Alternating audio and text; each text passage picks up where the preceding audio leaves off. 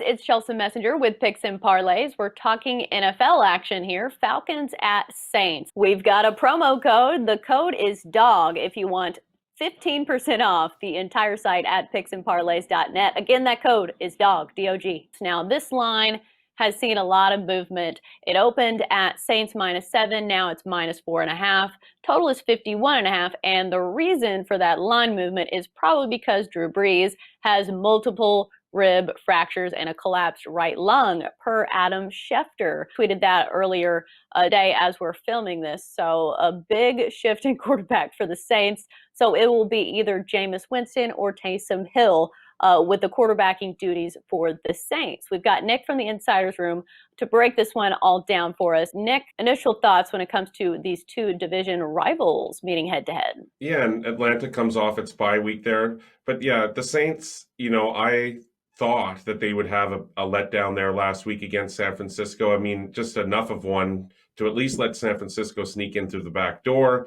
But New Orleans managed to hold on for both the straight up win and the cover in that one. And so now it faces Atlanta, which is, it's basically out of the playoff picture completely, barring a miracle. But that's not going to happen. But I do think that they can keep this one close enough. Of course, yeah, Drew Brees is out. He has a collapsed lung. And so that probably means that Jameis Winston will get the start here. He's going to hope to carry on the win streak and hope to avoid throwing any interceptions. And one thing I'll point out, though, Chelsa, New Orleans, it had to play a few games last year without Brees, and it went 5-0 without Brees in the lineup last year, but that was with Teddy Bridgewater under center. And also one thing about Winston, he actually led the NFL in passing last year. He had, over 5,300 yards, but he also had 33 touchdown passes. But of course, he also led the league in interceptions. He had the 30 interceptions.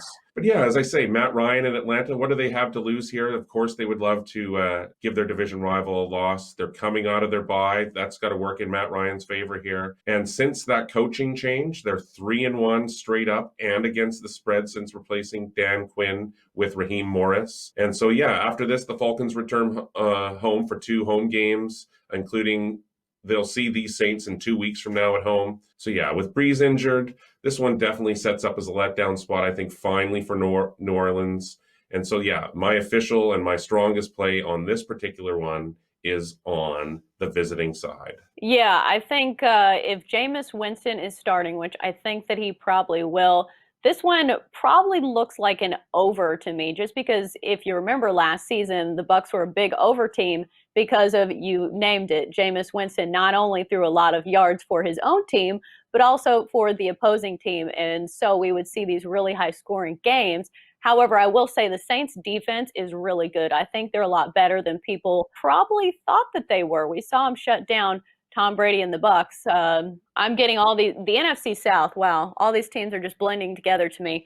But moving back towards my point, the Saints defense has been really good. How do you see that matchup affecting this game? You're right. That came into effect last week against the 49ers. They really, they gave up an early touchdown, but then they shut down. And I think that is a story here out of New Orleans, that this defense is underrated. Of course, the Falcons, what are they going to do? Of course, they're going to be passing this ball a lot.